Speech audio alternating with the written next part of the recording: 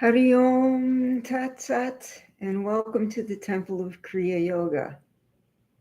O Supreme Spirit, saints and sages of all religions, Babaji, Vihari Mahashi, Sri Yukteswariji, Paramahansa Yogananda, Param Guru Shaliji, and beloved Kriyananda, we bow to all of you. Free our spiritual paths from all difficulties and lead us to the shores of eternal wisdom and bliss. May thy love shine forever on the sanctuary of our souls, and may we be able to awaken thy wisdom and love in all hearts. Now, in this meditation, we're going to explore some of the mystery of breath. And we'll use practices and philosophies based on Raja Yoga and Swara Yoga. So, Patanjali and then the ancient tantric scripture. Have you ever noticed, and of course we all know that when we're angry, our breath is more choppy, and when we're rushed or anxiety, our breaths are shorter, closer together. And then there's a reason why they tell you count to 10 when you're angry. It's to calm the breath. A reason why they tell you to breathe into a paper bag if you have an anxiety attack, panic attack, calms the breath. And as the breath goes, so goes the mind. So using these practices, you can use them to focus and control your mind, prepare your body, mind for meditation, get out of bad moods, basically calm yourself down and direct the breath and thus direct the mind. Increasing your awareness of spirit and peace. And also, as we'll see with the Swara Yoga, improving your practical earth life. Now, pranayama comes from two Sanskrit words. Prana, which mistakenly people call breath, but what it really is the life force that circulates in something called the pranamaya kosha. And pranamaya kosha is a sheath surrounding your physical body.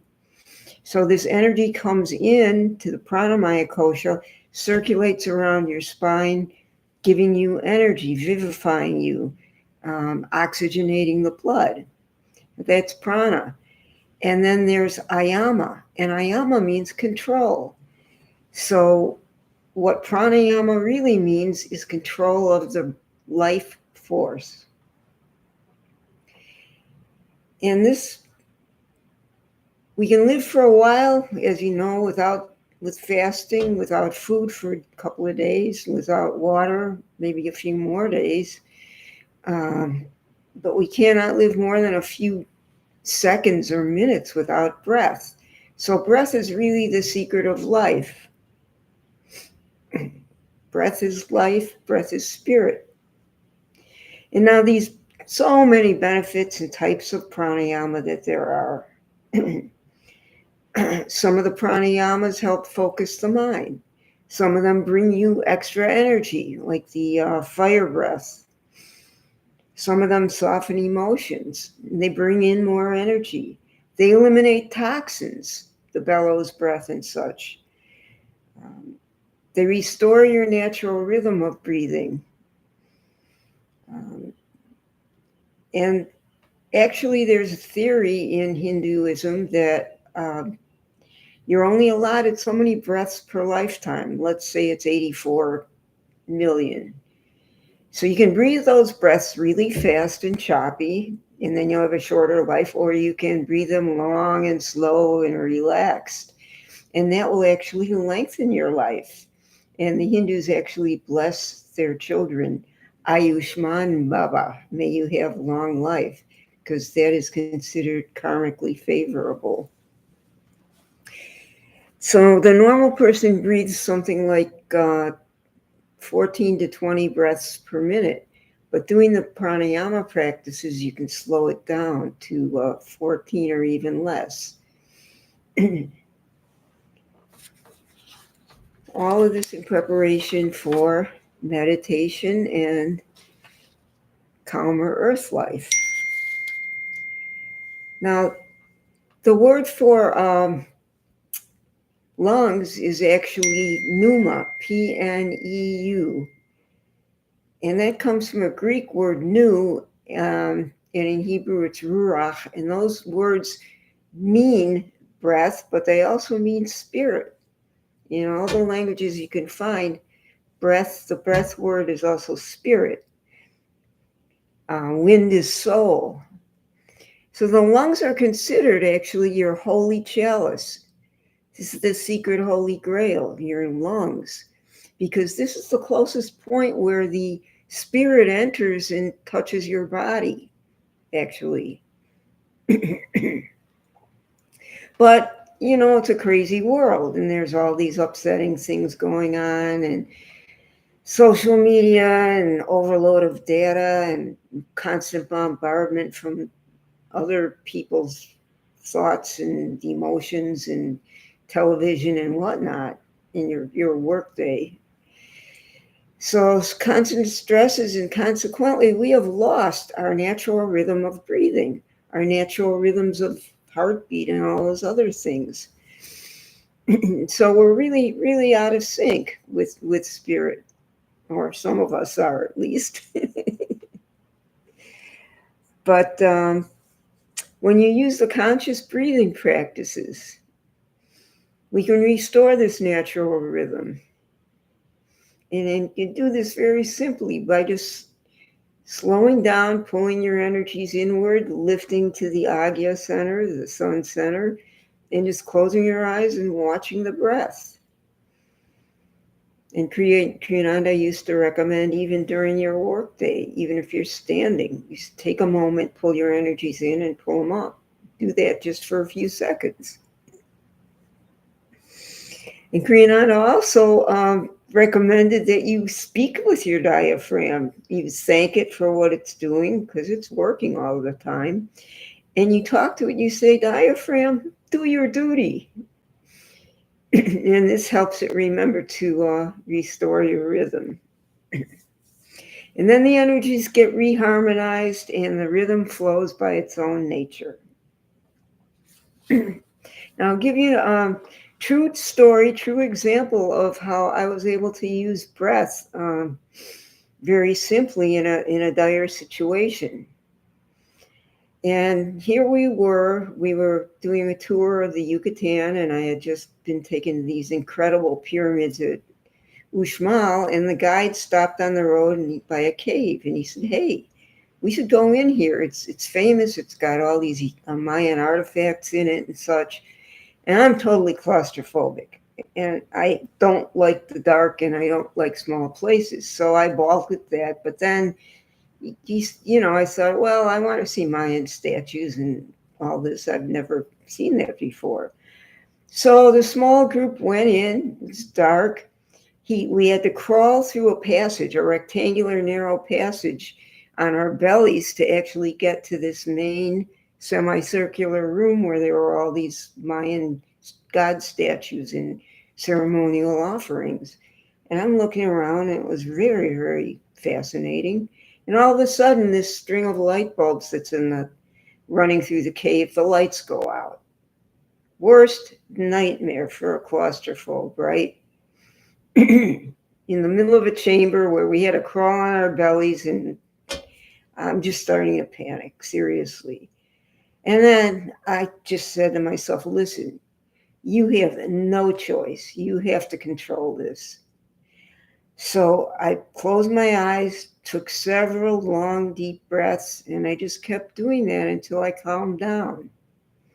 And sure enough, after a little bit of that, just slowing down the breath, I was calmer and able to think, and then pulled out the flashlight that I'd wisely brought before, gave it to the guide. He led us crawling through that passage into the main room, and then we could see the entrance, and we survived that experience. But really, if I had not controlled the breath, it would have been really not good. So one thing I would like to practice with you, with your permission, one technique for calming the breath, there's belly breathing, which expand the belly into the ribs, chest, and then up to the shoulders and chin level, and then back down. Deep belly breathing. But the other technique for calming, or one other technique for calming, is to make the exhalation longer than the inhalation. And as you know, the breath, or may not know, the breath has 4 parts to its cycle. An inhalation, a slight hold where it switches to the exhalation, and a slight hold at the bottom with the empty lungs. Full chalice, empty chalice. So what we're going to do is simply, and we'll do it to my count. If you would, what we're going to do is breathe into a count of 4, and then exhale to a longer count, a count of 6. If you're able to do 8, you can do 8. It's your rhythm. So let's start by sitting in a chair, spine straight, comfortable, hands in the lap. Close the eyes. Take a few normal breaths. And imagine your energies pulling in from the extremities, from the feet up to the legs, up into the thighs, into the trunk of the body. And imagine your energies then from extremities of your hands and fingers up through the arms and shoulders, again into the trunk of the body. And then pull the energy yet further into the very center of the spine. And gently lift your energy up the middle of the spine to the sun center, the root of the eyebrows between the nose. And we're going to breathe in to a count of 4 and exhale to a count of 6. So let's begin. Inhale, 2, 3, 4.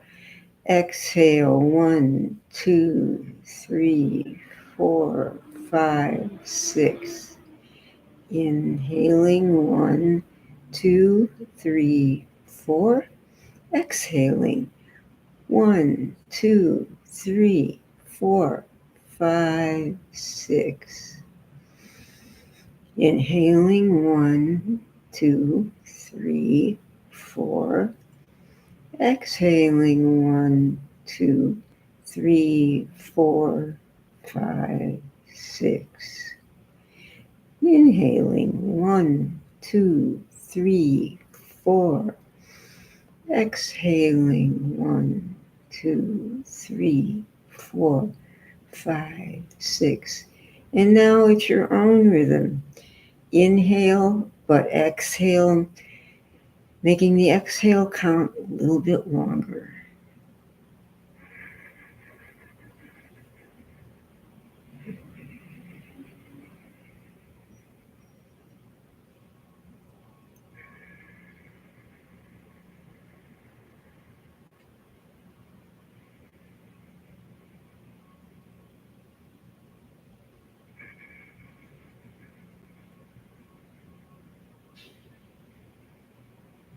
And now slowly return to normal breathing. Your attention back to the room. Wiggle your hands and feet. Rotate your ankles a bit.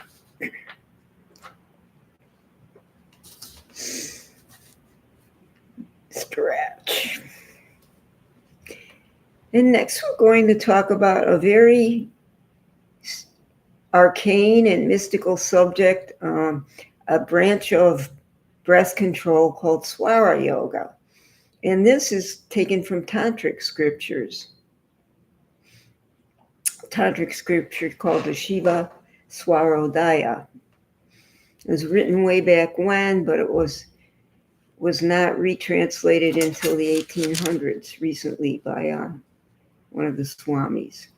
So what Swara Yoga is, it's the practice of being aware of the breath and aligning it with the planetary positions, the days of the week, the moon positions, and such, and the tattvas. Now, the tattvas are subtle elements And these elements are, oops, I can get that straight there, earth, water, fire, air, and ether. And each one, as you can see, relates to a chakra. But they also cycle. Okay, your breath switches nostrils pretty much every 2 hours. One of the nostrils will be more dominant, more open, more breath flowing through. Sometimes you're breathing through the Idic channel, which is the lunar channel, more associated with passive activities, dream states, intuitional activities, and such. And then when it switches to the right nostril, you're breathing through the Pingala channel. And this is the solar channel, the active channel, the conscious mind, the go out and do things. So in Swara Yoga, we align the breath based on the operative nostril also, but also within a cycle of one of the nadis active, well, within the cycles, also the 5 elements switch around in your nostrils. For part of that, say 2-hour cycle that the idas, that one or the other is active, you'll have fire being the dominant element. And then for 20 minutes later, it'll be the earth being the dominant element. So Swara brings an awareness of this. And it's a subtle practice and very, very fascinating. But we're going to go deeper into it now. Now, they say that when the Ida Nadi or channel, you're breathing mostly through the left nostril, when that is active, it says in the Swara scriptures, the activities it's good for are grocery shopping, gardening, purchasing clothes, meeting relatives, healing therapies, singing, dancing, learning, starting of a new area of study, and journey to a far place and making peace. And then they say that when the right nostril is active, the Pingala channel, the solar channel, it's good for outgoing activities, martial arts or teaching them, gymnastics, practicing shastras or tantra, writing manuscripts, chopping wood, using fire, cutting gems, studying sciences, practicing medicine, hard work, journey to a near place. And even says destructive activities, which could be if you're working for a crew that has to knock down a building, and committing crimes, which hopefully we're not going to want to do.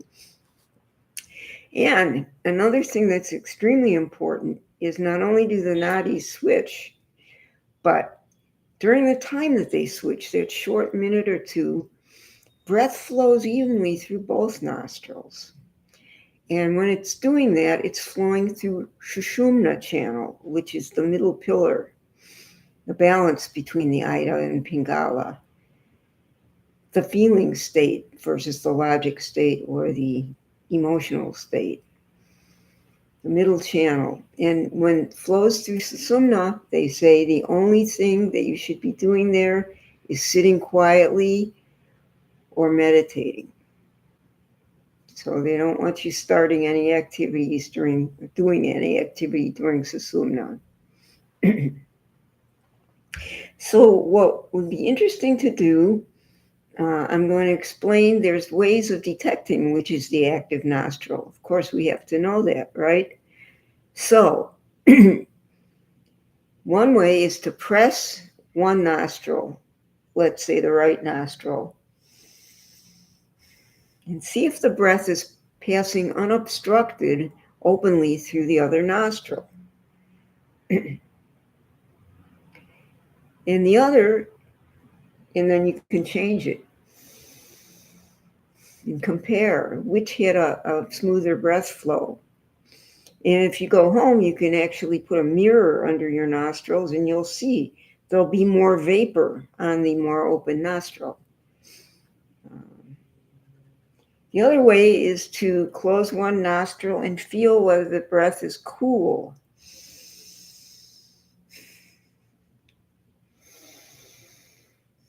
They may both be cool, but one's going to be cooler. The one that has the greater breath flow, the more open nostril, is going to be cooler air. So let's practice that, detecting the dominant nostril. So if you would again, sit comfortably in your chair, pull your energies in, pull them up to the sun center, breathe a few normal breaths.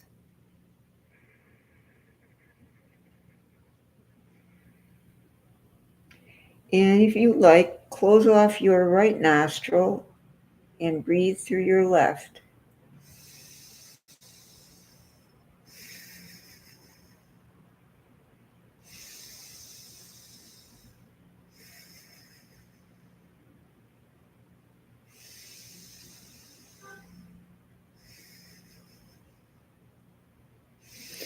And now, did that feel fairly open? Did it feel cool? Let's compare. Now take your thumb and close off your left nostril and breathe through the right.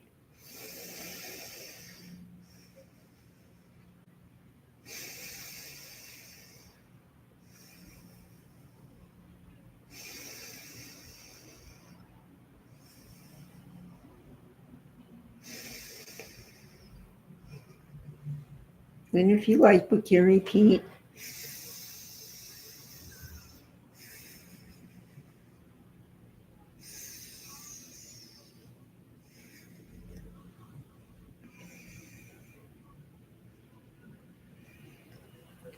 So which was the more dominant nostril? Which had the smoother, cooler breath flow? That's one of the ways you can find out. And then you adjust your activities accordingly. Now, what they say in the Swara Shastras is that changing the operative nostril is one of the remedies. It can change your mood. If you're in a bad mood and you're noticing that your breath is mostly through the left nostril, you can lay on your left side and it will open the right nostril, the Pingala channel.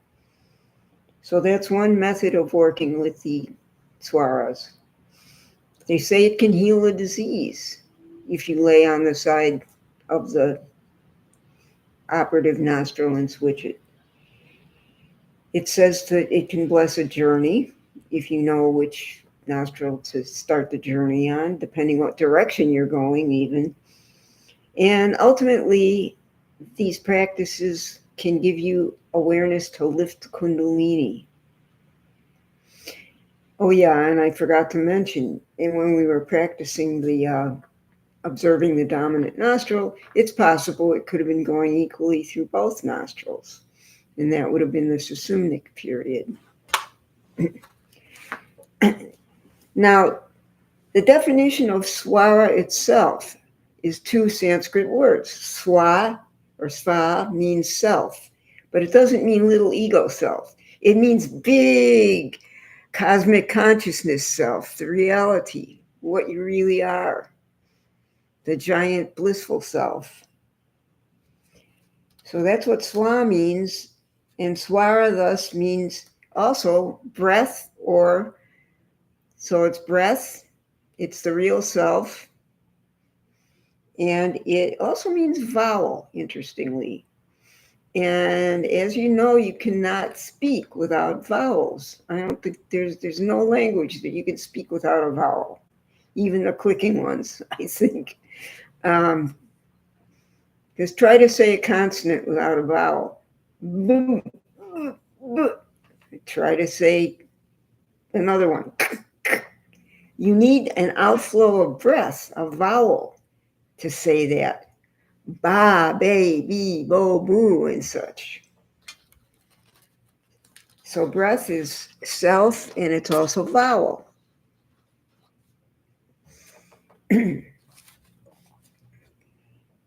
Now, the science, as I mentioned, does come from the Shiva Swarodaya. And what that scripture is a dialogue between Shiva, who is the god of dissolution and recreation, and his consort wife Parvati. And in there, Parvati asks Shiva, "O Lord of gods, Mahadev, please be kind to me and tell me about the knowledge that gives all cities the power to achieve anything one desires. How has this universe evolved? How does it change from one form to another?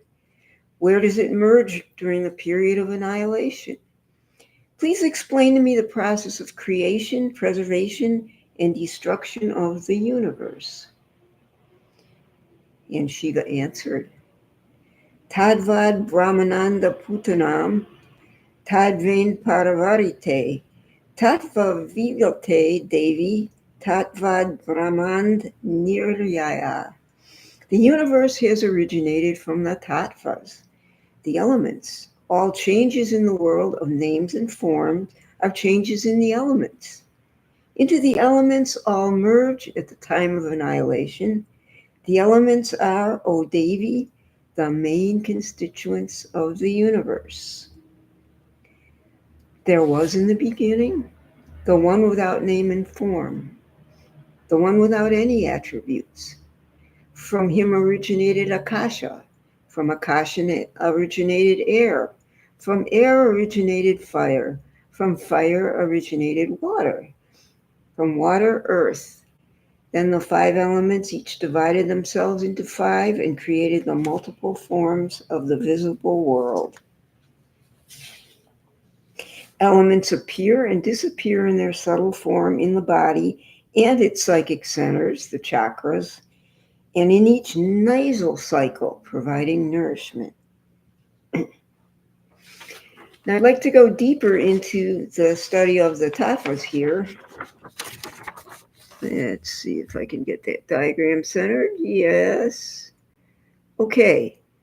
And so we know there's earth associated with the Saturn chakra, water associated with the Svadhisthana, the Jupiter chakra, fire associated with Manipura or Mars chakra, air associated with Venus or Anahata, and ether in the throat associated with the Vishuddha chakra.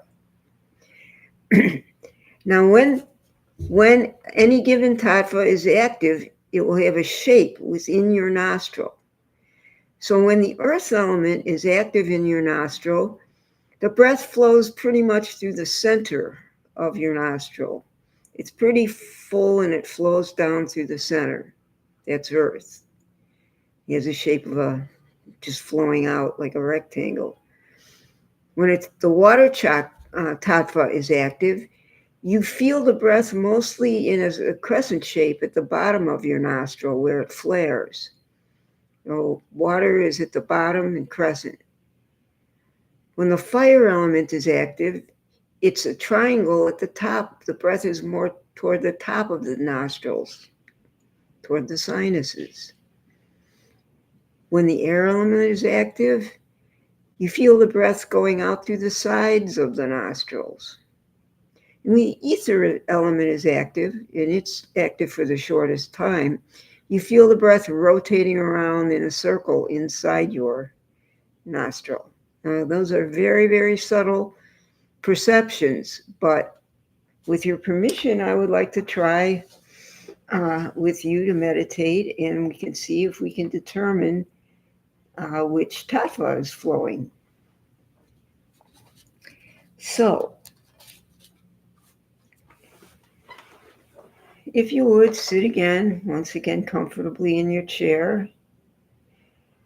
Pull your energies in from the feet up to the legs, up into the thighs, into the trunk of the body, and from your hands and fingers up through the elbows and shoulders to the trunk of your body. Pull it in from the sides of the trunk into the spinal area. Pull it in further from the spine into the very center.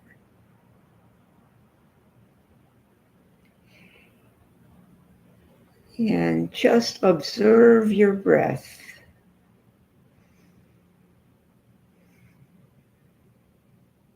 Making no attempt to control it, for a few minutes. Let's just observe it.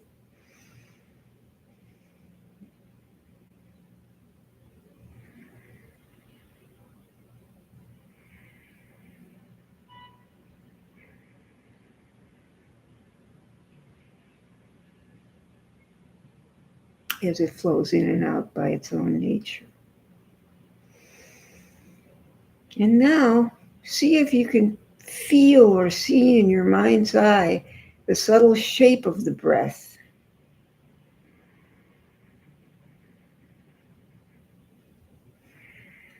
Is the breath long and going through the center of your nose?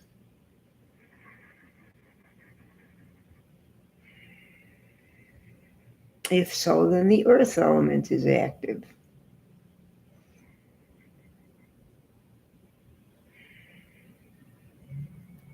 Or do you feel the breath more at the bottom of the nostril where it flares out, more like a crescent shape? It's most of the breath down at the bottom.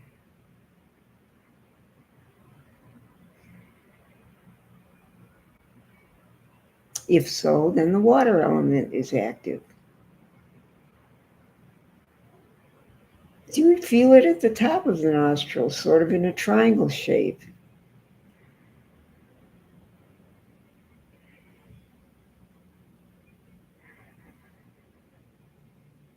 Don't try to force it, just watch. And if so, then the fire element is active. Or do you feel it going out through the sides of the nostrils?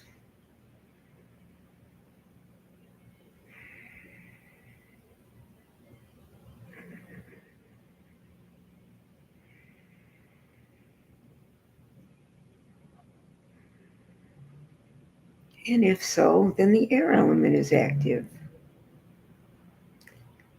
And lastly, do you feel it, sense it rotating around inside the nostrils?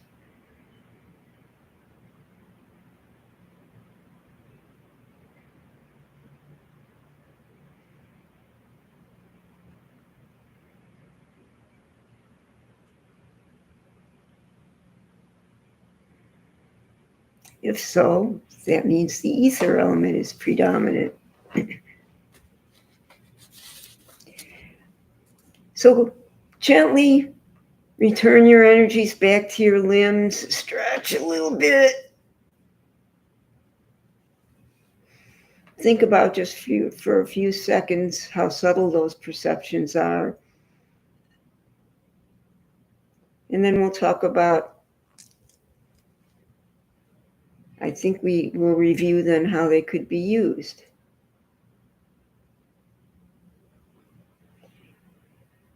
So, changing your mood, we mentioned, by laying on your side. If you've ever noticed the sleeping Buddha, he's laying on his right side. Well, why is that? Well, he's activating the lunar channel, the dream channel. So changing a mood. And here's really something, an insight that I had. After practicing being aware of those tattvas and their changes, I started realizing, okay, maybe I'm agitated because the fire element is active. And the secret, great secret, wait it out. Wait it out another hour till the nadis change. Wait it out a few minutes till the active tattva changes. And the mood will disappear. You just take it a couple hours a day. And instead of fighting a bad mood, tell yourself, wait it out, and it will change because the active tattva will change. So you can do this, lay on your right side, putting a pillow under your right shoulder, and that will, if you want more dream awareness, that will activate the Ida channel, bring more dream awareness. Fall asleep on your right side. And again, we mentioned curing an ailment. Lay on the active side of the active nostril, and the other one should open. They say when the moon is waxing at sunrise, the right nostril should be operating. And when the moon is waning at sunrise, the left nostril is open. So for those early risers, you can observe and attune to that. And as we know now, the method for switching them. The days of the week are associated with these nostrils. The Ida, the left nostril, is associated with Monday, Wednesday, Thursday, and Friday. And the right nostril, the Pingala, is associated with Tuesday, Saturday, and Sunday. And one little practice I like to do is become aware of that and get out of bed on the foot that corresponds to the active day of the week. Okay, it's not nostrils, but it's getting on the good foot. Elements appear and disappear in their subtle form in the body and its psychic centers in each nasal cycle, providing nourishment. All desires, feelings, and emotions are related to the 5 elements. The elements are at the root of the psychodrama of life. Only yogis know this truth. Yogis know this truth because they are the ones that try to achieve the state of consciousness that's beyond the reach of the elements. Elements cause the mind to fluctuate and make one wander in the forest of desires. The primary scripture of Swara Yoga, Shiva Swarodaya, goes on to praise the science of breath as the highest wisdom. Swara Veda Shastrani Swara Gandhara Mutanam Swara Cha Sarvatrilokyam Swarmatam Swarupkam. Swaras are the Vedas and the Shastras, the scriptures. Swaras are the best music. The matrikas, the consonants and vowels, are swaras themselves. In other words, swaras encompass the entire wisdom, music, and sound of the universe. This knowledge of swaras gives access to the secret of all secret sciences, brings forth the essence of all knowledge, and gives awareness. It's the crown gem on the head of knowledge.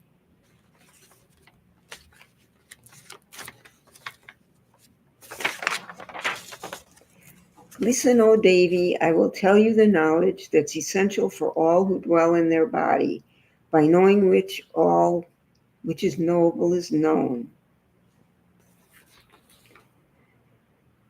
Nadi Bedam Tattva Prana Tattva Bedam Tattvaicha. Shushumna Misra Bedam Chayoja Nati Samuktiga. One who knows the secrets of the nadis and their operation and effect, of prana, the difference between the 5 kinds of prana, and of Shushumna gets liberated from the cycle of birth and death and becomes totally enlightened. One who knows about the 3 nadis and the 5 tattvas cannot be equaled by 1 billion precious medicines. One who has this precious knowledge is unique because he or she knows the technique of working with the body, mind, and consciousness in the most efficient way. Doing the right thing at the right moment makes one unique, whereas doing the right thing at the wrong moment makes one dull. Those who practice the science of Swara Yoga never suffer from failure and discontent. They know how to change the vibrational pattern of the environment to their advantage. Now, you don't have to remember. We did a lot of practice and we went through a lot of theory. Instead of having to try to remember this, you can refer for the Swara Yoga information. It's an excellent book by Harish Johari called Breath, Mind, and Consciousness. And the scripture is in there, and also the tattva, and a whole lot more detail that we didn't go into. And for pranayamas, which is the 4th rung on the Raja Yoga ladder, I would refer you and recommend highly Kriyananda's Spiritual Science of Kriya Yoga, which is a whole chapter on pranayamas. It explains their benefits and whether they cool or warm vivify, or they're meant to bring Kundalini and so on. And also the preliminary pranayama techniques. Blessings of the lineage. May you be blessed to use the secrets and theory of pranayama and swara, and to practice breath awareness, that you may find well-being and contentment and harmony in all your actions. Restore your natural rhythm. Expand to full enlightenment and be a blessing and share with others. Om Tat Sat Om. Om Shanti, Shanti, Shanti. Om, peace, peace, peace.